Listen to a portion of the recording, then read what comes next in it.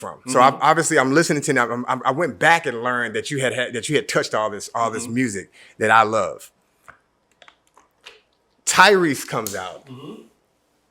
96, 97? 90, yeah, 98. 98, okay.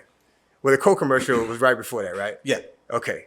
So I'm going to get into that. So when that song comes out, this is, of course, the Coke commercial, I'm like, this dude can really sing, right? You you didn't hear that on television before. I had never heard nothing like that before. Right. And then you have, I know this is a segment, so we're going to go into it, called Respect the Pen. Sweet Lady drops. Incredible record. What were you tapped into? What led you to that? Okay, so Sweet Lady actually was about 2.5 years old.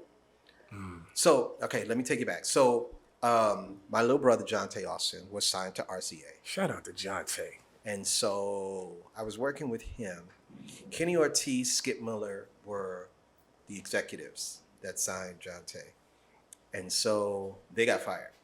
When they got fired, Kevin Evans and Anthony Morgan came in. And when they came in, they dropped Jonte and they brought their kid in. They dropped Jonte as an artist? As an artist. Okay. Yes. And they brought their kid artist in. Okay. They were around the same age. Gotcha. So because I was already in the buildings per se, Anthony Morgan then comes to me. And at that time, I'm the characters. And asked me to do a song for their new kid. I had an issue with that. You just dropped my little brother. How you going to just come and ask me to help? Right, the new guy. Nah. But, however, he comes to the office, and I had a studio on Broadway and 23rd Street. And that's a very expensive area in New York. So we had bills. Of course. So I couldn't be like, nah, not doing that. Yeah. So I had to take the meeting. I'm going through, Anthony comes. I'm going through some old stuff. I really reluctantly do not want to take this meeting, but let me just play some stuff. And I'm playing stuff that I forgot about. And I stopped on this one song, and he goes, "What's that?" And it only had a hook. It was a track. And the beat was slightly dated, so I was even more annoyed because it's like, this is not what I'm doing now. That's right. So he's like, "Nah, man, I like that. Finish that." Yeah. I'm like, whatever. Hey, listen, whatever. Yeah. So he leaves, and I sit there, and I'm thinking like, and then it hit me. Wouldn't it be dope? Yo. So I call Jonte, and I say, "Jonte, if you're smart, you'll do this." He's like, what, big bro, what? And he lives out here. Yeah. And so I'm like, I'm going to play you. So one thing about Jonte, he had a great memory. Like he could hear something one time and remember it. Nice.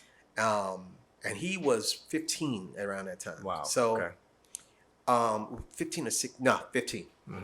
So I'm like, listen, I'm going to play something over the phone, and I need verses.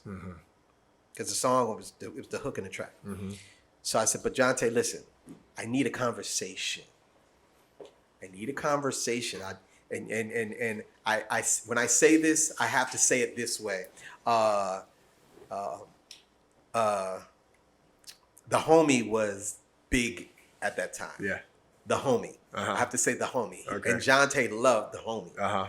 And he was really into the homie and writing like the homie. Yeah. So I know exactly who the homie is. Okay. So I had to listen. I don't want you to do it like how I know you're gonna do it. Right. Because it's too many words. Yeah. I need a conversation.